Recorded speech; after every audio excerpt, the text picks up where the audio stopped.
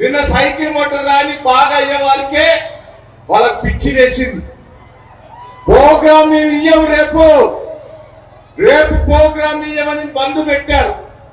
అయినా నేను 2 గంటలకు మీకు చెప్తే ఇంతమంది వచ్చారు. దయచేసి మీకు చేతులు ఎత్తి వస్తున్నా.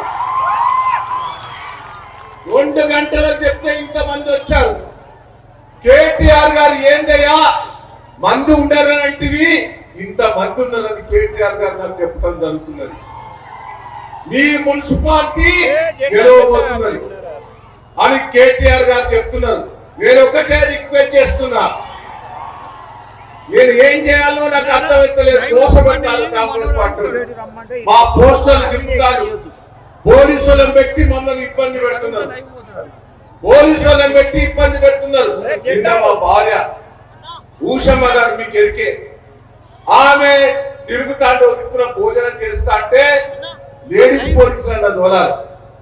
ఆ జాన్సమ్మ కంప్లైంట్ చేస్తే ఆమె బ్యాగు, కారు, ఆ తినేకాడ మొత్తం మొగోలు చెక్ చేస్తాను. ఎంత గోస పెడతారో ఒక్కసారి మీరు ఆలోచించుకోవాలి.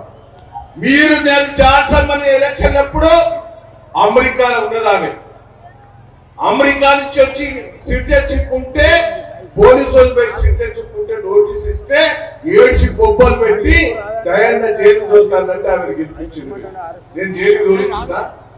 నేను రేపు కాంప్లైంట్ చేస్తే అమెరికా సిటిజన్షిప్ ఇక్కడ ఉండదు, ఎన్నికల ప్రచారం చేయొద్దు, భూములు కొనొద్దు. నేను కాంప్లైంట్ చేస్తలేను, ఒక మహిళను కాబట్టి గౌరవిస్తున్నా.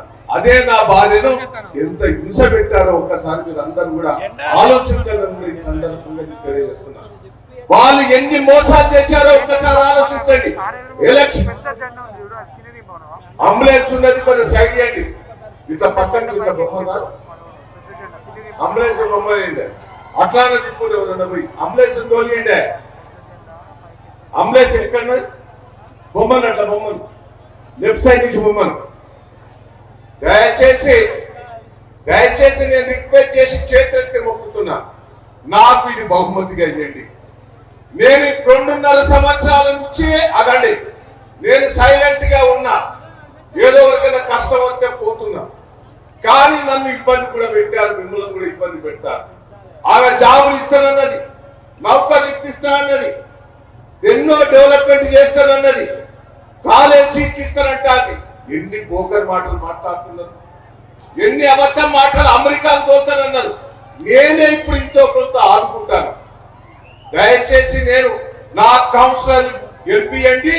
మిమ్మల్ని కంటికి రెప్పలా కాపాడుకునే బాధ్యత నాదని కూడా ఈ సందర్భంగా